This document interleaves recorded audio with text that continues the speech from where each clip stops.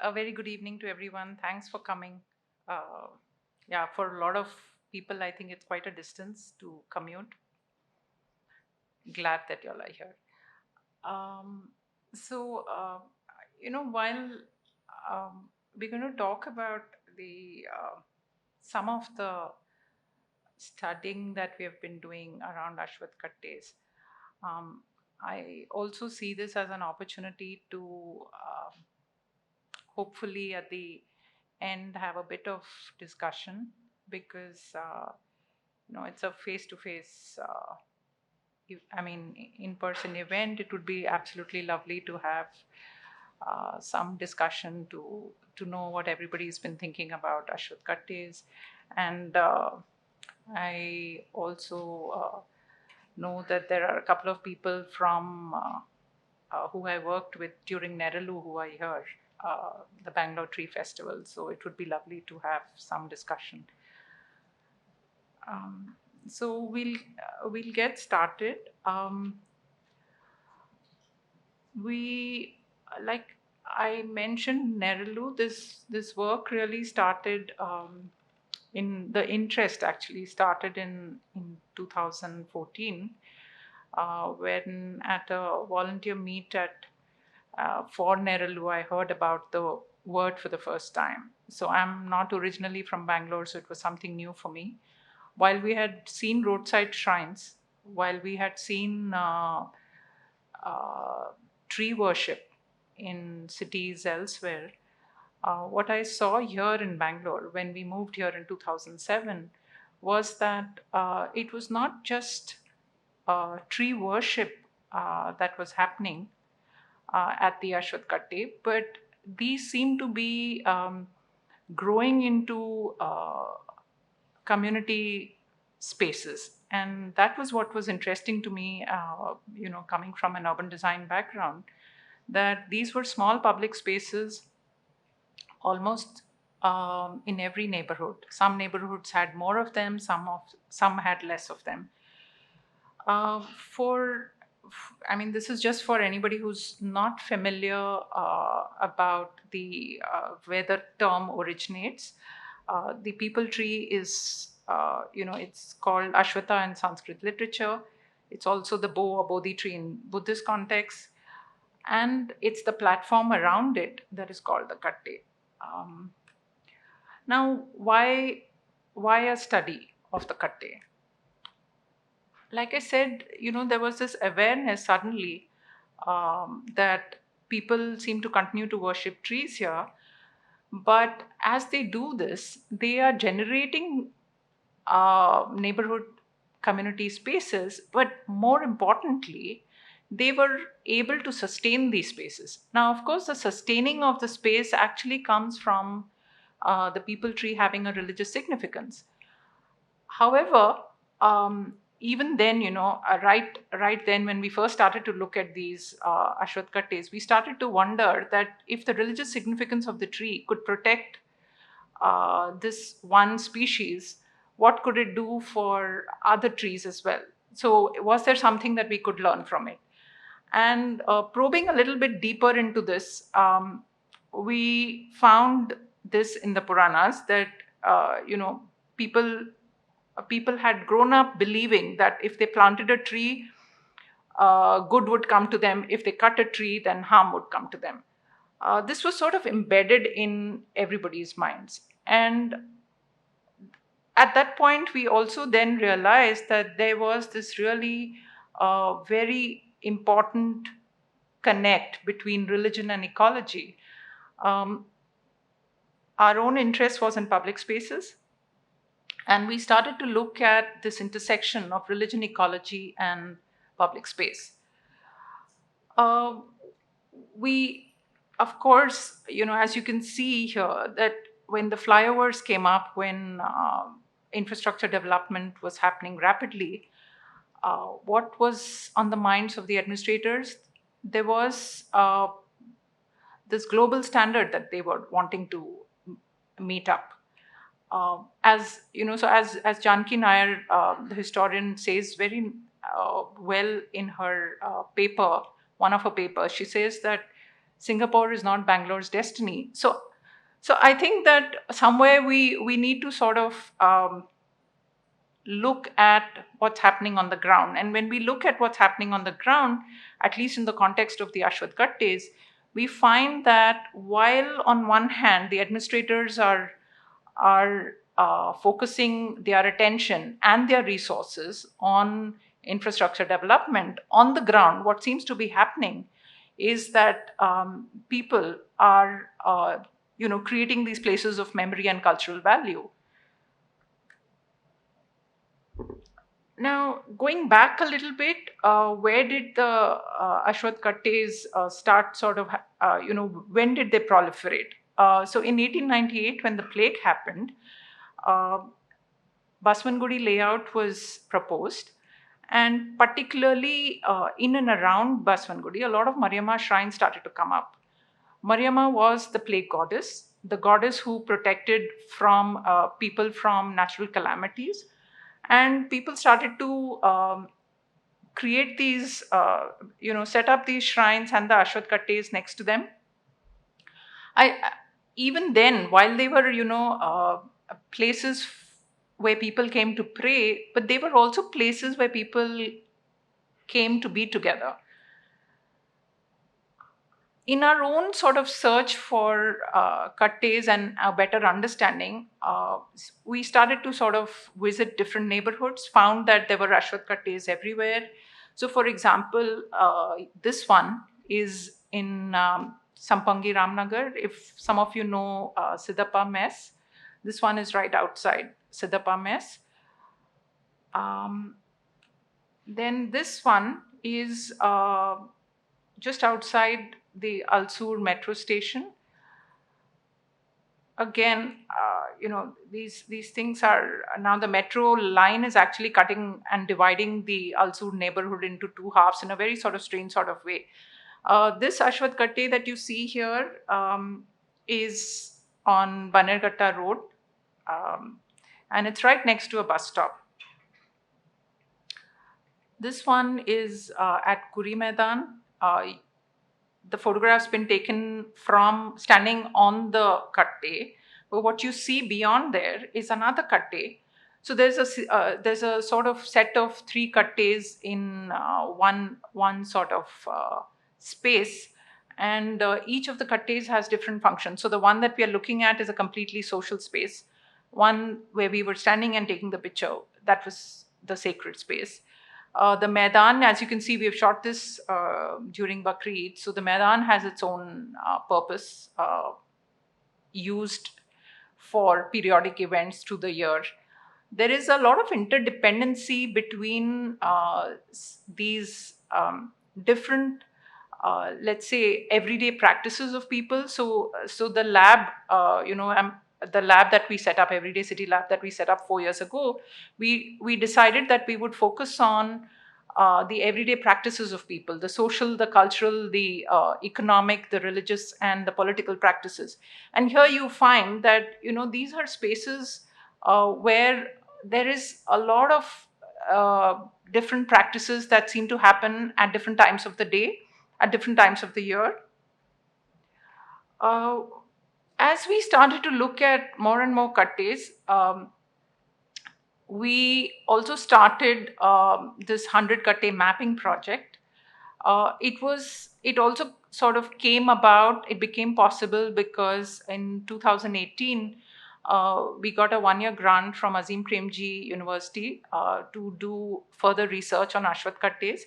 And what happened at that time was when we put out a Facebook post saying that we were looking for research associates, we had a lot of people writing in saying that they'd like to volunteer on the project. And it was the interest in Ashwath Kattes was something that surprised us. So what we did was, while our study, our main research proposal had said that it would do a detailed study of 20 kattes, because we had so many volunteers writing to us saying that, can we just work on this over the weekend?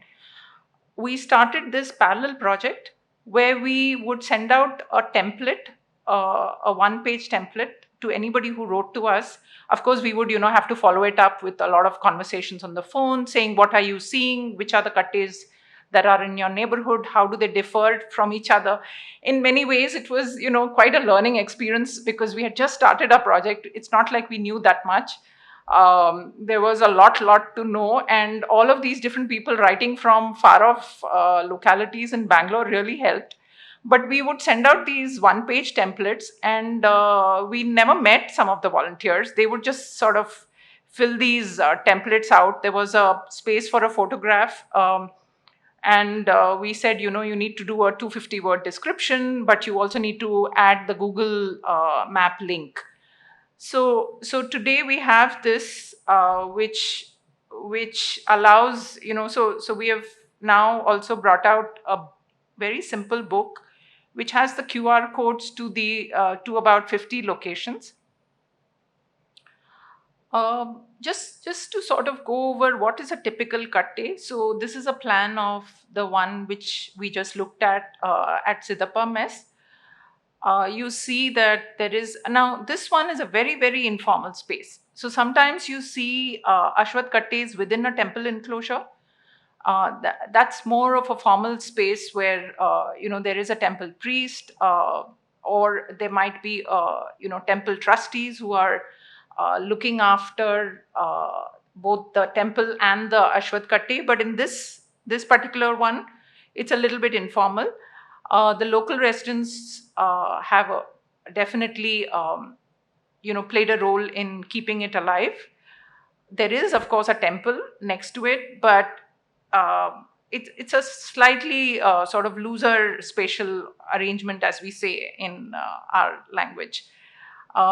Then there was, if one were to just look at what kinds of typologies. So we found that there were kattes within temple grounds. So for example, the first picture that you see is at Ranganatha Swami temple in Chickpet. Then we saw that there were kattes with open markets next to it. That one is at Doddamavali. Sometimes you find that the katte has, and the space around it has really shrunk, and it's only left to be a traffic island, and so on. So we found that there were different sort of typologies. Coming to the people around the Peepul tree part, which is part of the, title, I'm just going to share some excerpts from the interviews that we have done at some of these kattes.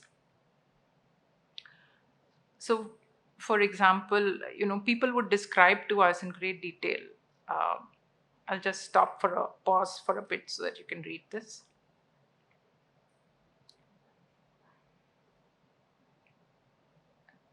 So there were a lot of course, there are a lot of beliefs and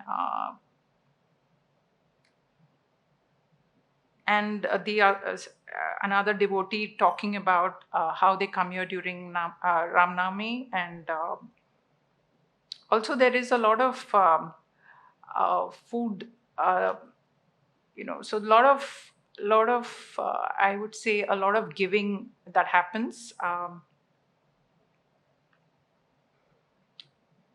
Conversations around it, how we learned that it is a social space as well, that people are not just coming here to pray, but they seem to also come here to meet each other, to interact with each other. In fact, our study, the one-year study that we did, was focusing quite extensively on social interactions, because up until that point, up until 2018, we had been looking at tree worship and public space. But now we wanted to focus on, while it is a religious space, how exactly is it working as a social space? So we did a lot of interviews. We did about 20 interviews at 20 kattes. So we have about 400 interviews done. And the kind of questions we asked was, who do you come here to meet? What are the kind of conversations you have?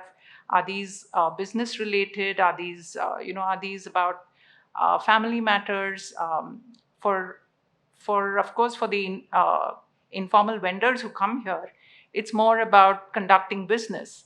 For sometimes it's also, for example, this one, the auto rickshaw driver. So auto rickshaw drivers use these spaces as pause points. Then there are bus drivers who come here and who just sit here between one trip and another. So when you go up close, you realize that um, it's not just about, I mean, at least initially it was just, there's a sacred thread around the tree, there are serpent stones.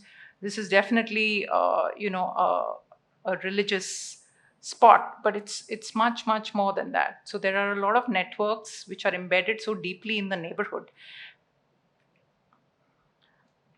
And to just add here that they were social spaces. Of course, we found that they are social spaces, but that they included everybody. So, for example, vendors vendors come to pray, but they also stay on to sell their wares. And then the elderly. There were groups of elderly people who come and gather here regularly. So, for example, we were studying one of the Ashwath Kattes at Shirsi Circle, and we found that um, there are retired policemen who come and actually regularly sit at the Katte. Um, different Ashwath Kattes are different sort of groups that come. Another one that we studied quite in detail was an Ashwath Katte at Net Kalapa Circle. And Net Kalapa Circle, as many of you would already know, it has a large playground. It has the temple, the Ashwath Katte, a small play area for children. So there are a lot of things going on there, a lot of interdependencies between these different spaces. Now, coming to the Vanishing Ashwath Katte part of the talk, and I think that's what has also pushed us to talk about this more. Um, this is a Kalyani that we had been visiting quite often. It's on Bannerghatta Road at Gotigare, and this is a picture taken about 4 years ago, and today this is how it is. So the Kalyani is gone.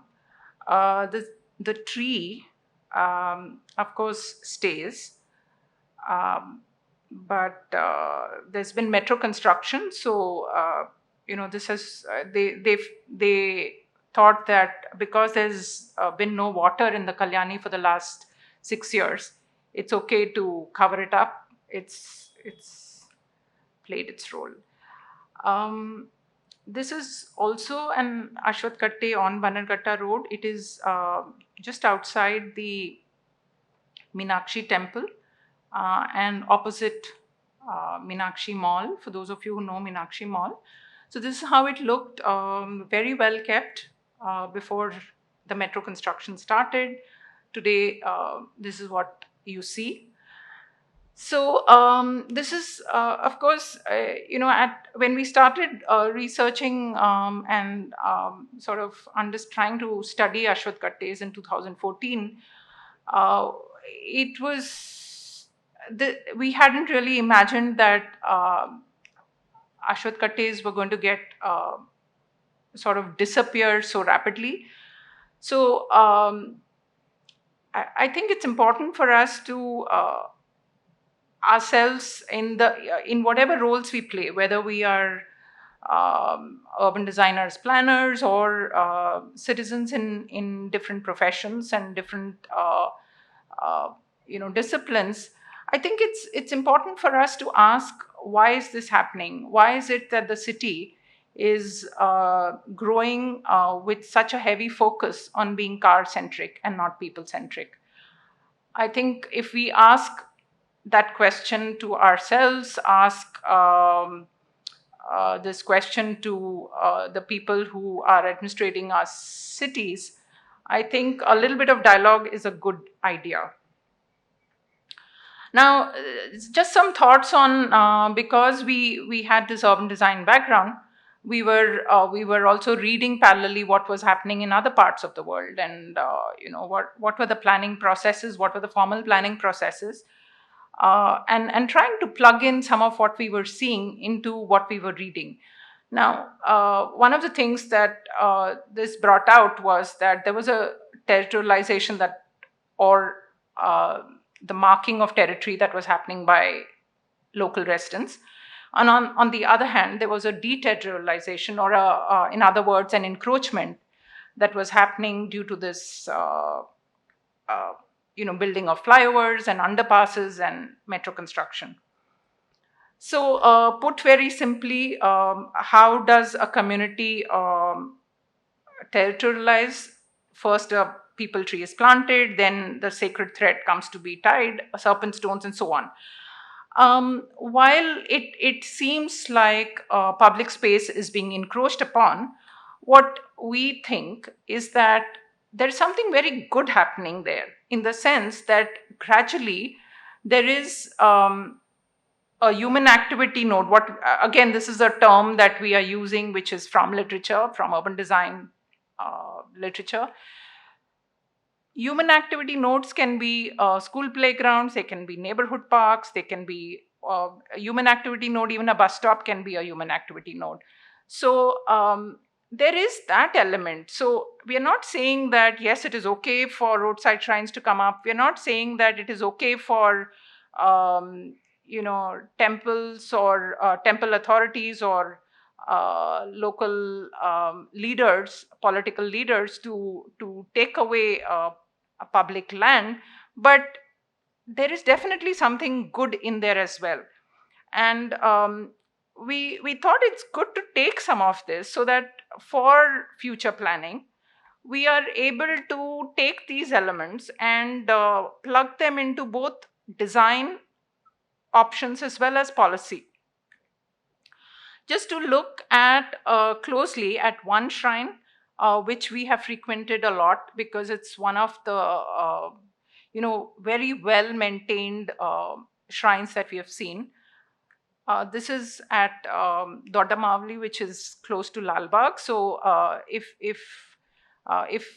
some of you know Krumbigal Road, which goes along Lalbagh, along the boundary of Lalbagh, from there you can just turn into this neighborhood. It's a old traditional residential neighborhood, and this is a very recent photograph, extremely well maintained. You see the Ashwath Katte on one side, the Mariamma shrine. So this is called Bisulu Mariamma temple, and I'm told that in Kannada Bisulu means sunlight. The roof of these temples is usually it has an opening so that sunlight falls directly on the deity. Um, these were Mariamma shrines for plague goddesses. And like we all know, sunlight keeps bacteria away. So there was a connect between also between public health and religion. I think in today's context, where we have experienced a pandemic, it's important to know that uh, there was some value in what people did in the past. There was a connect between religion and ecology. There was a connect between public health and settlements. So I think it's important for us to sort of look at these spaces a little closely and ask, why is it that it is in a particular way? This is a week a sante that happens within the same space. It's a 1 acre enclosure. While it's called a sante, which means weekly market, this market really happens every day. And I here I must sort of, this was where we had a Neralu event, and we have Purnima here and Vikram here, who were very much a part of the event that we had here.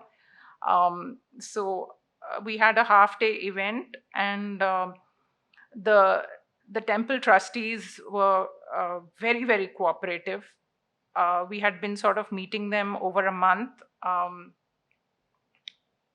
and we We did these events, of course, because it was not a kind of space, not the kind of space that we were familiar with.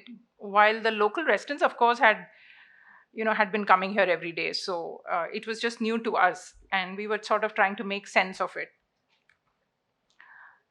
So, talking about the territorialization part and the marking of territory, so what we learned was that the shrine and the temple were actually, shrine and the katte were here 150 years ago, so was the Sante.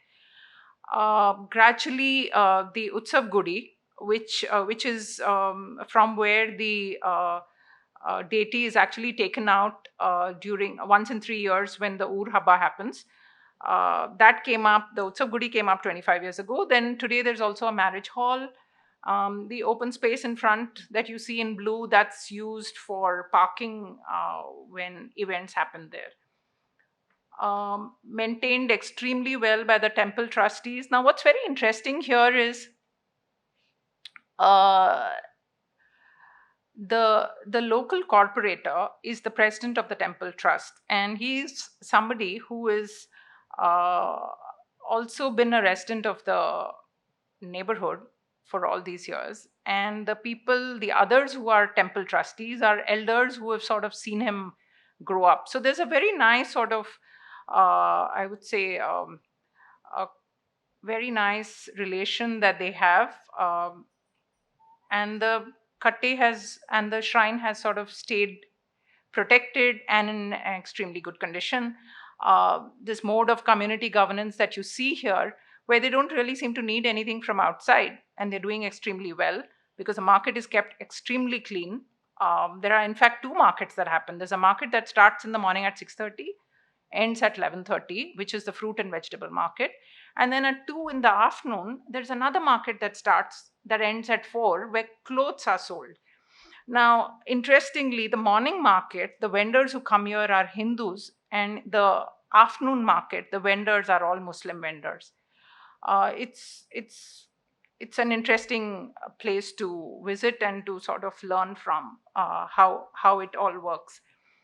Um, Now, if one were to just look at what happens during the Ur Haba, which happens once in 3 years, the village festival that happens once in 3 years, you find that there are four shrines, Mariamma shrines, including this one, and the deities from all four are taken around in a procession.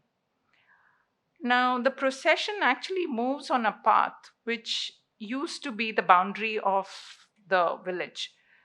Today, of course, the boundary of the village is not physically visible. However, once in 3 years, when the procession moves along this path, it actually marks what was once the village boundary. So it's again very interesting that when the village is completely integrated with the urban fabric, the procession still allows you to get a sense of where the village once was. Um, Coming to this idea of human activity nodes and interconnections, we felt that, again, trying to sort of link what we were seeing with, how urban designers elsewhere are thinking, how planners elsewhere are thinking. um, we we we sort of were looking at how are kattes connected to each other. Are they physically connected?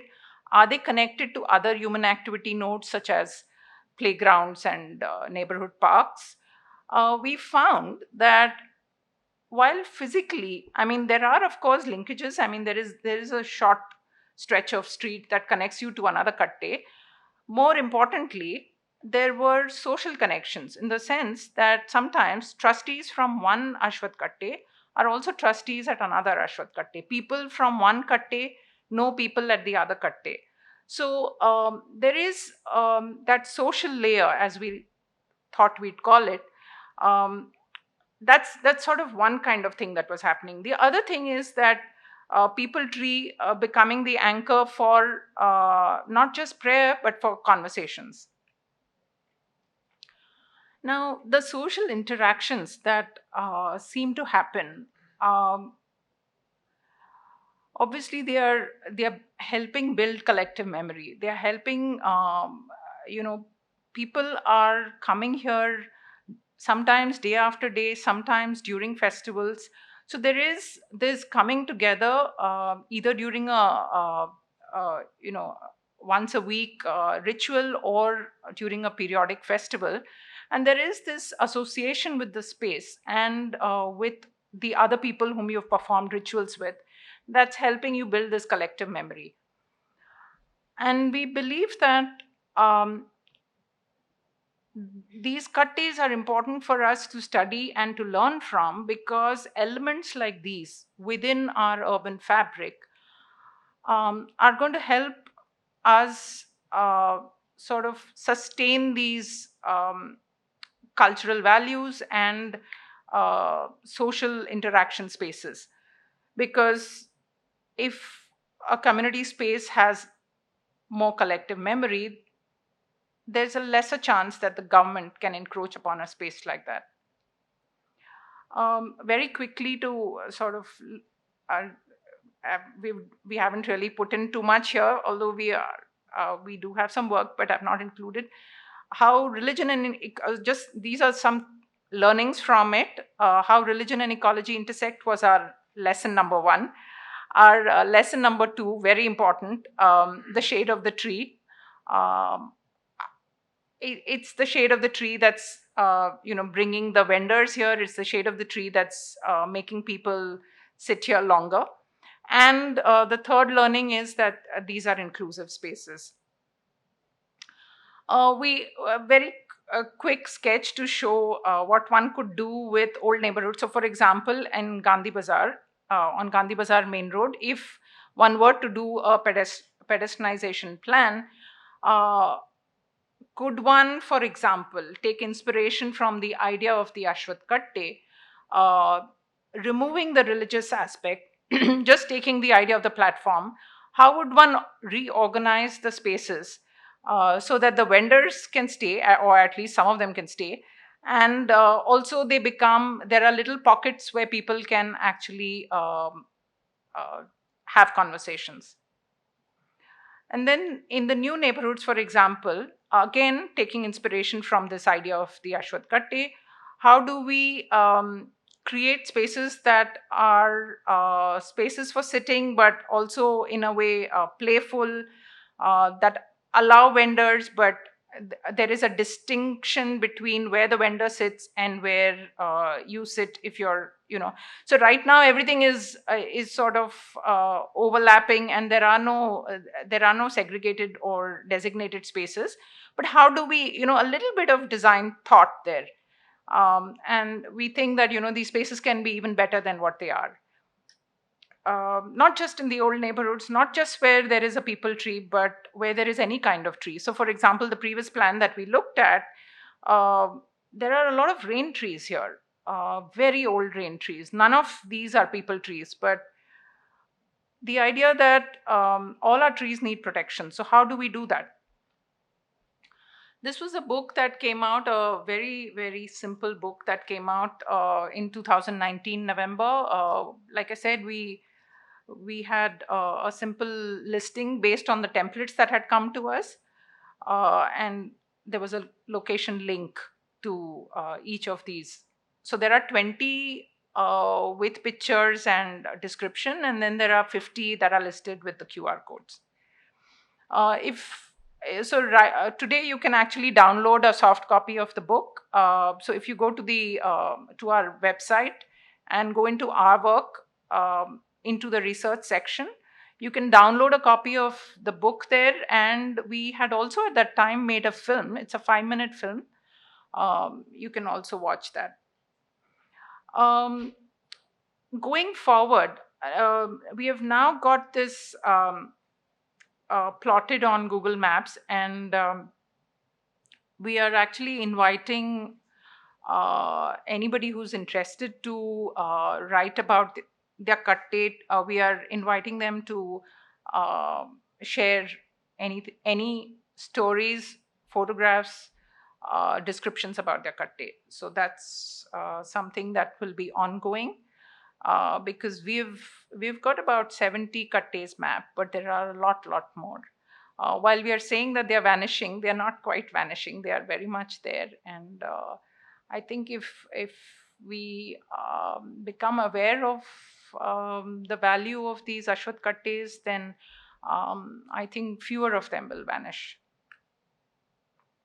Just to show you what else is happening, we have also been drawing up these formal plans, and the reason why we are doing this is we are using these to actually study a little more systematically the movement patterns and activities around some of these kattes. So, for example, in the legend, as you can see, we have plotted the interaction nodes, um, the crossing of paths, pause points, seating spaces, the vending spots, um, places for drinking water, and the paths where people usually do the pradakshina. Reason why we are doing this is because we hope that we can start to now work with RWAs in different neighborhoods. Sometimes, as we showed you, the Katte at Dodamavli doesn't really need anybody to intervene. It's doing exceedingly well. But then there are other Ashwath Kattes in the city that the local residents have not really come together to maintain as well. So one, to look at enhancing an existing Ashwath Katte in the old neighborhoods, but two, to also work with RWAs and see if there are possibilities for using the idea of the Katte. For example, to just, if all of us just started to work towards putting a very simple platform around a tree. So that's one of the things that we'd love to do.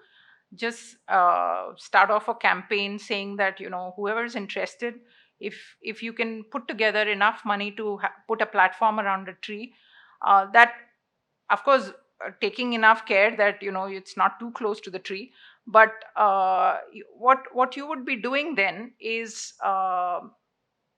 encouraging people to sit there and to gather there, uh, and hopefully if that sort of builds collective memory at that space, at that place, then I think we have done our job. So yeah, I'll stop here. This is the team that worked on the exhibition. There are it's a very young team, research associates and interns, but a very, very hardworking, enthusiastic team. Yeah, I'll stop here. And I'd love for us to have a discussion. So it would be great if there are questions or any comments. Actually, no questions really, because yeah, I myself have a question. So I'm going to pose my question first. So in these times when we know that we can't sort of not all of us are as religious as I guess our elders perhaps are or were, where we don't have rituals to help us protect our trees. What might we use to protect our trees? So that's a question from my side, but I'm happy to also hear what everybody has to say.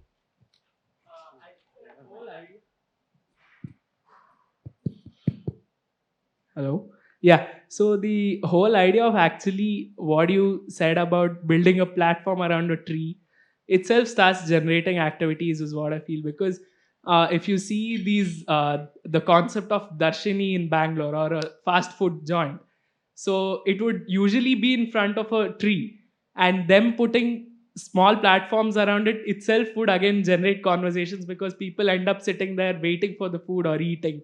So that in fact is a wonderful idea of building a platform around these trees. I mean, it's slowly vanishing in the recent fast food joints. You actually don't see that because the uh, the footpaths are already paved, and some darshanis actually have removed these kattes. So, which is a sad thing. Yeah, yeah. No, but I think the Darshani, I mean, you mentioning the Darshani is a great idea. In fact, at Darshini's, I remember, we moved to Bangalore only in 2007, and before that, we had never heard the word Darshini. We didn't know what it was, and there were friends who were living here, and they told us that they just have to take us to a Darshini because you can just. So in fact, there were tables like these. You could just stand and you could eat, and we really like that idea. So I think, yeah, I mean, if you can have sort of do this combination, because I think in today's times combining anything with food works, so that should be a good. Thanks for that. Yeah. Yeah, I think we moved away from the physical meeting spots to online meeting spots. This, in a way, brings back at least a very, very localized physical meeting spot for people.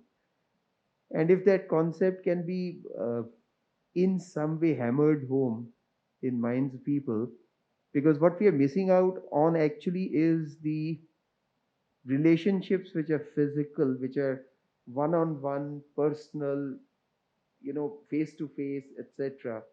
So I think this is a very, very apt platform to talk about and encourage, so that that face to face interaction can start to come back, which we are losing, which we shouldn't lose actually, but we are losing.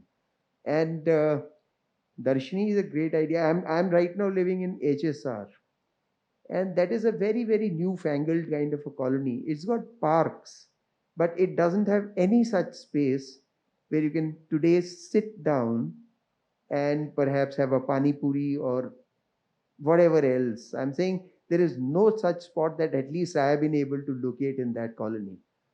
So it's definitely a great idea to bring back, instead of digital Twitters, we can bring back these Twitters and Facebooks and actually talk to people face to face. That's how I see it. Hmm. In fact,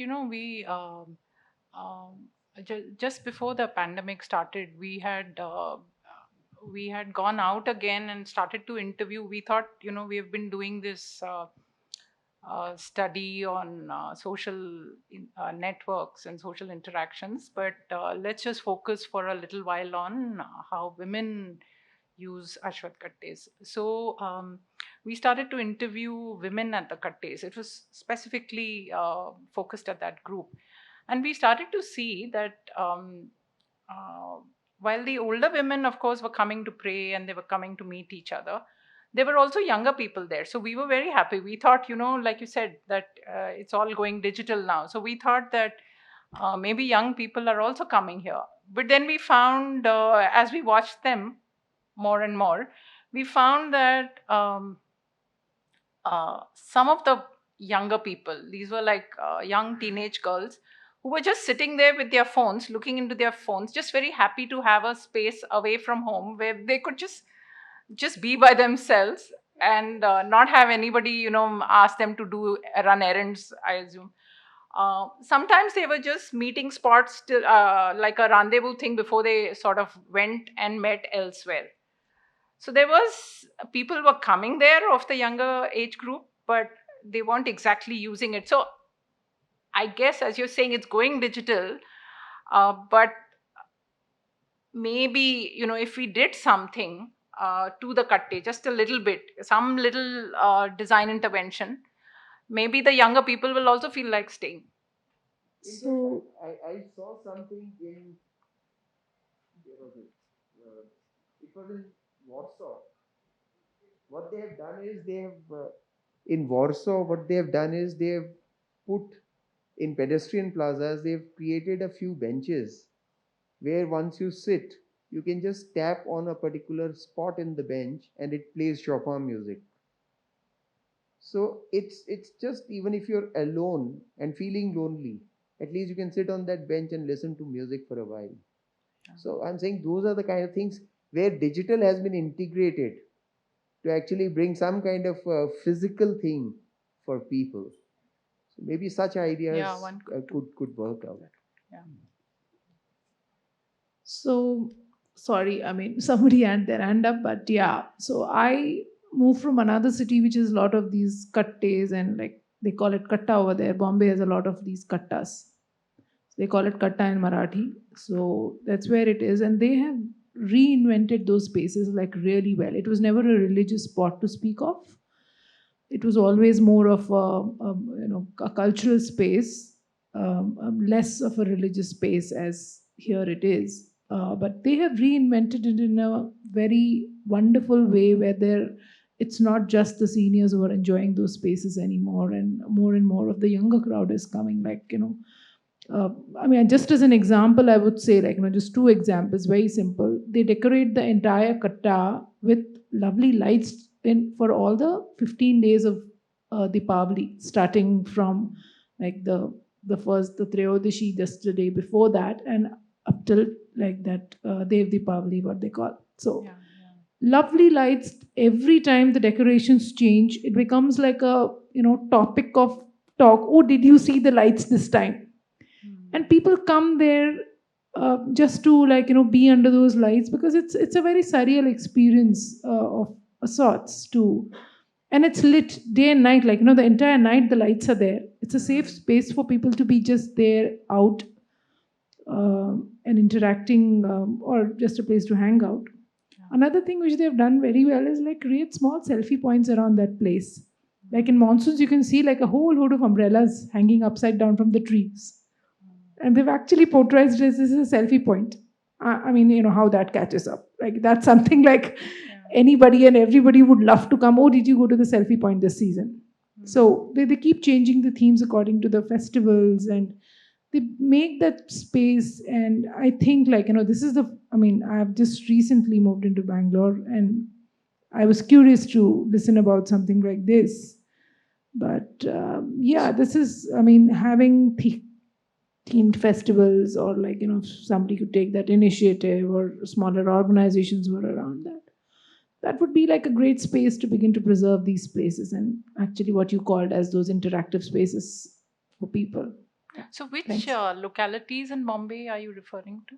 So, the biggest one is Shivaji Park, of course. Shivaji Park. Yeah, that's the biggest one. But you have it in Lal Bagh. Wherever you have trees, you have this. So you have it in Bandra. Like Bandra, all these tree spaces have been become big talking points because of just a few installations, or okay, it's all again very region. Bandra, you'll see a lot of Christmas stuff happening around there, or decorations put up. Shivaji Park, of course, is the biggest, the thing. Like now, Worli is coming up with it. Like they have a Celebrate Worli festival. So we are making these open spaces pretty popular by doing something like this. I'm sure many of you, it's like all around. They literally revived areas by doing these fests like this. Celebrate Bandra is one of the biggest sponsored events. Yeah.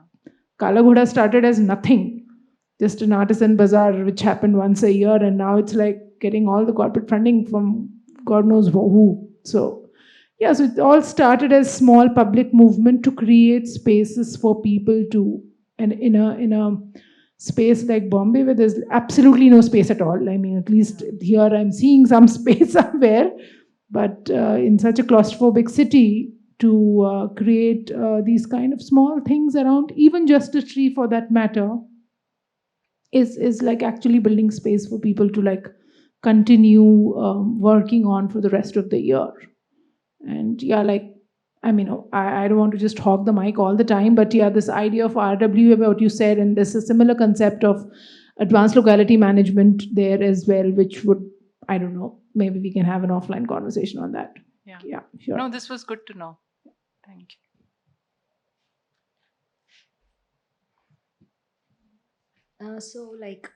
If in today's urban design, like wherever you're trying to put up a public space, the first thing that comes into consideration is making a shade because of the sunlight and no trees being present. What if planting a tree would be a solution rather than having a plastic shade structure built? So it'll be like a step towards preserving our green, but as well as making a public space. and which is like eco-friendly as well as adding to the eco spaces in the Yeah. town. Yeah, you're suggesting that, right? Yeah. Yeah. And coming to Ashwath Kattes, when I was younger, we had a project on this where they were talking about like how it produces like up to 30% more extra oxygen compared to any other trees, and that's why this became one of the most important religious spaces where people would go. And and coming to Bangalore, where we are seeing like it's actually facing a lot of problems in terms of pollution and other elements. So if this tree could actually be a solution, and this has like the most shade compared to any other tree that can give you. So what if your Ashwath Kattes become your public spaces, not only in front of the temple, but also in the like in bus stops, like wherever you have the markets being built, like where you have large maidans, which are like temporary markets that are gonna come. So what if this could be like a layout that stands like where you have trees everywhere, but that itself gets converted into a kind of public space Yeah. wherever it's utilized in a different way. Yeah. So that No, could be. definitely. In fact, one of the thoughts was also that some of the gated communities that private developers are putting up, whether we could actually propose to them that if they give us a basic, they are one of their initial plans for the gated community. I mean, they're buying these really large tracts of land and making these residential complexes.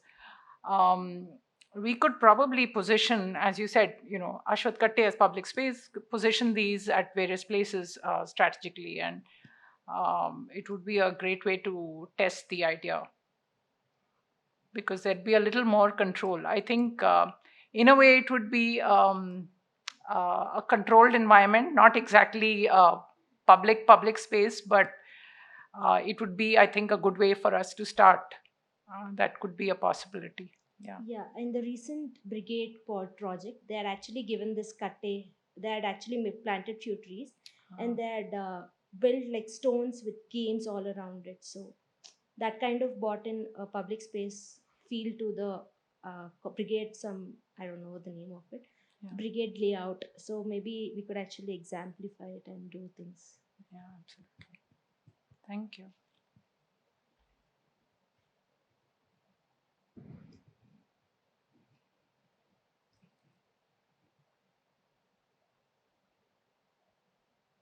Okay. So silence means we can. Okay.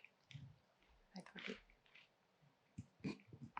Two questions. So one is because most of the religious practices around the flora and fauna, the beauty of how flora fauna is integrated here.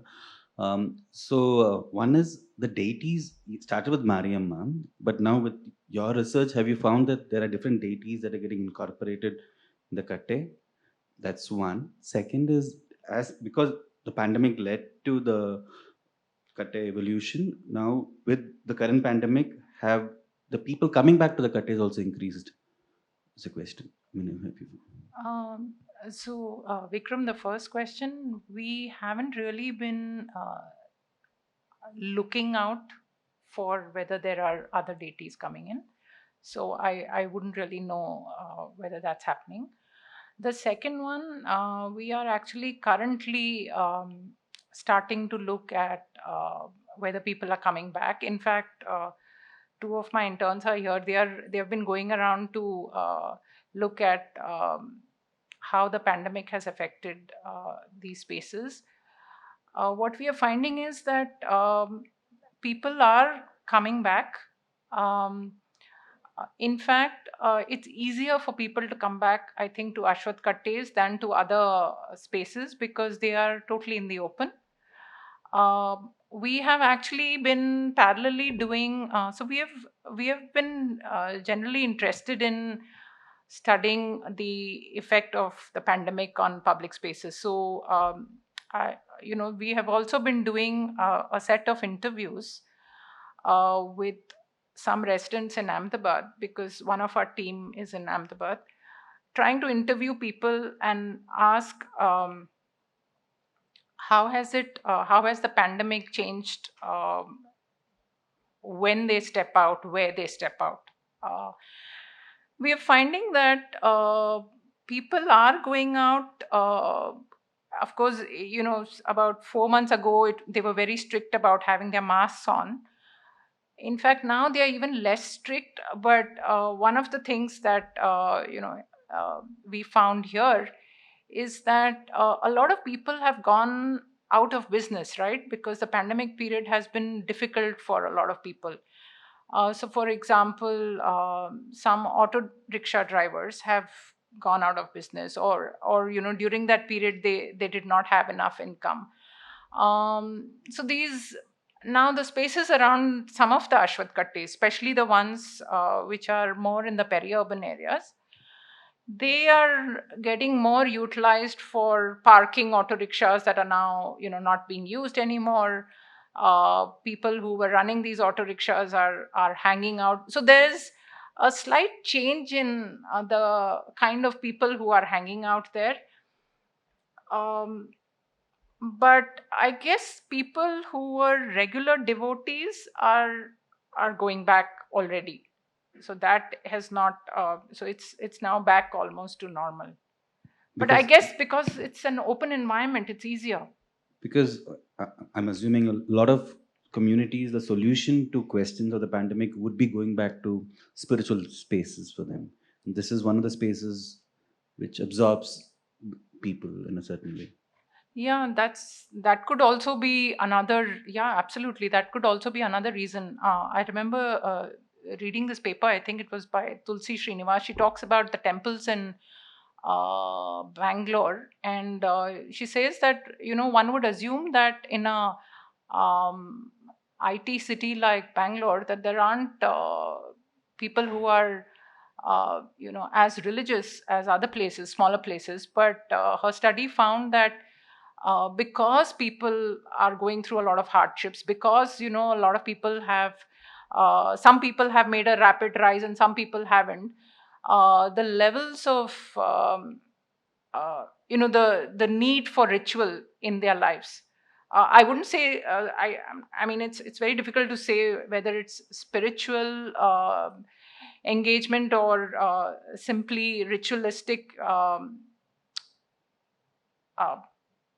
actions that they are engaged in, but there's definitely that angle as well.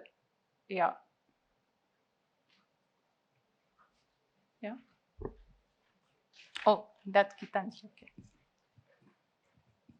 Hi, you mentioned some of the kattes are not being maintained.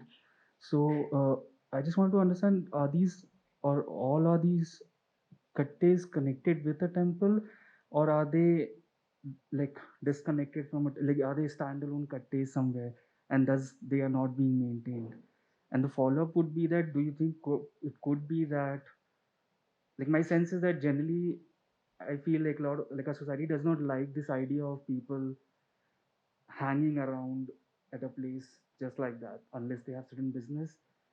Just hanging around, chilling out, people in groups somehow is seen kind of, like miscreants hanging around, you know and like I think in Bangalore I've noticed, I've recently moved to Bangalore, so I've noticed that a lot of the parks are closed during the day. There's only in the morning or in the evening the parks are open, because otherwise, I mean, if there is park, it'll be nice to just leave it open so that you can come during the day. I mean, especially when it's really hot in the middle of the day, to come and just chill there. But then it seems like it's just closed, and I can only understand it's probably because they don't want people to hang around during the day, right? So yeah, these two things, like the ones that are not being maintained, are they just those standalone ones, or are they also connected with the temple? And is it because Yeah. So while we have not really visited Kattes and looked at them specifically to understand which ones, we have not really done that study, which ones are being maintained better and why. But yes, overall, the ones that seem to be connected to a temple do much better. Um, Sometimes, so for example, for those of you who are familiar with the JP Nagar area, just opposite the Bangalore Central Mall, there is a big bazaar. If you enter that street by the side of Big Bazaar, you see this small Ashwath Katte. There is a small temple there. So sometimes it's not like, so initially when we started doing this study, we asked ourselves, did the Katte come first or the temple come first? So in this one, for example, the JP Nagar one,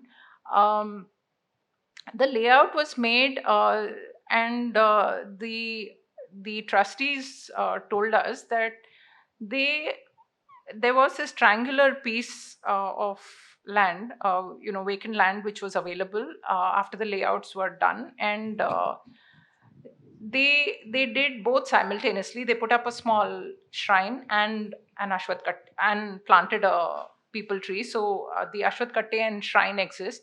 It's a very small shrine, so it's almost again like a traffic island. Um, this one's very well protected. So I would say that it's not necessarily the temple priest or the trustee that maintains it. Sometimes it's the local residents who take interest, and they will maintain either just the katte, or they will maintain the katte and the shrine that they have built. Um, the ones which are inside temple enclosures are definitely well maintained, but I think there are enough instances of ones outside which are also well maintained, because there is a local group of elders who has been taking interest. Sometimes there's just a single family that has taken interest. Somebody has taken interest and the nephew has followed up, and so there are different variations there. As to coming to your second point, yes, we do find that more and more Ashwath Kattes are now, you see fences around the platform, and that's happening because the residents find that late evenings, young men are found to occupy these spaces to play cards, etc. So they are now starting to fence these up, um, and they have like a little gate which they lock after 8:39. Yeah, that has begun to happen. Of course, the fence coming up sort of changes the way in which the katte can then be used. It does affect, because the fence is put right at the edge of the platform and you can't quite sit there the way you would have otherwise sat there. So yeah, these changes are happening. Yeah. Gitanjali, you had a question, I think. I think, firstly, thank you. I really enjoyed all the research that you've shared with us. But I just wanted to draw attention to the fact that these kattes, it's a relationship with the tree that's evolved into a katte, right? So when you form a relationship with a plant and around it an ecosystem or a community center develops, the base, the foundation is that relationship, and which is spiritual in nature, where the katte is concerned, right? Trees were our original temples, and we could protect the trees by saying that, oh, the god or a goddess resides in them. That was how the temple came to be, built under the tree. So in the question that you asked at the end of your presentation about what would how could we, I would say that of course you can use the beauty of a tree to make a community center around it or build something on it. But this relationship with a plant or a relationship with the natural world that the katte actually embodies is intrinsic to its sustaining as a practice within our culture. Yeah, yeah, yeah, yeah. That one, I guess one could work on that. Get maybe the younger people to build that bond even earlier, maybe while they are still in school. Uh, yeah, I think we should work on that. Yeah, like that young lady said, right? I think someone up there, she said, um, uh, the tree has an intrinsic health benefit, the people tree or even the neem tree. It's right Yeah. that the by sitting under it, you get more oxygen, and that's its ecological significance that lends it to being preserved via katte or via religious practice or via a temple. Yeah. No, absolutely. In fact, I didn't sort of say earlier, but the peepul tree is said to be one of the keystone species. And they say that a keystone species is the one which supports biodiversity. So, yeah, definitely. I mean, um, the tree, if one sort of reminded oneself that that is the basis of it all, um, and what we can do with building a relationship with the tree. Yeah, we should work on that. Thank you.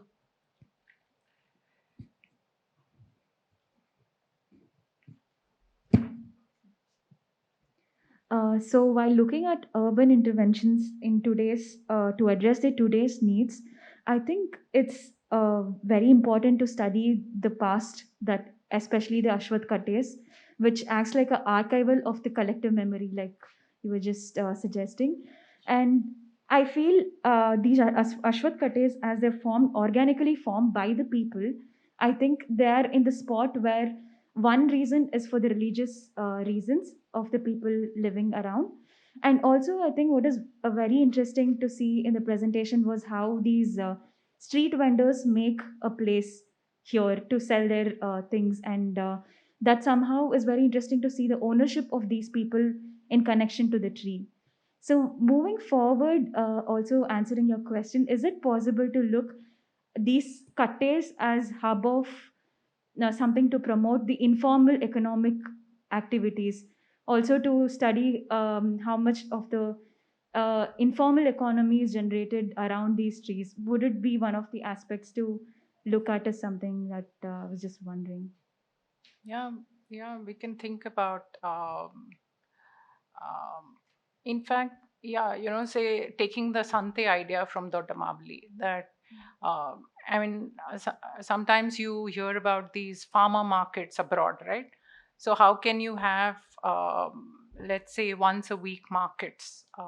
You choose a particular tree down a street, and let's say an RWA says that we are going to pick this particular tree for this month, and just it's I guess it's just a matter of um, um, telling a story, and using sort of storytelling to endorse an idea. So yeah, one could do that, and say that these particular things will be sold only around this tree. You could pick different trees in the neighborhood. It doesn't have to be a religious tree.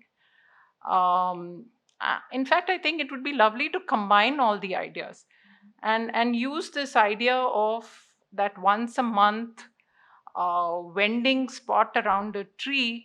Let's say you have chosen a tabebua or something in the season when it's flowering. Then you could simultaneously, Gitanjali, as you said, get people to appreciate the tree for what it is. So it's not just about coming, and we could combine it with the Darshani idea, for example. So there's a little bit of food, there's a little bit of flowers being sold, but because there is maybe something nearby, hopefully. Uh, and there is also this uh, I'm sure that those of you who have lived in Bangalore and who have seen the tabebua when it's in full bloom and when it's sort of coming twirling down. You could sort of get children excited about what the tree means for all of us. So yeah, I think that it could be a combination of different things.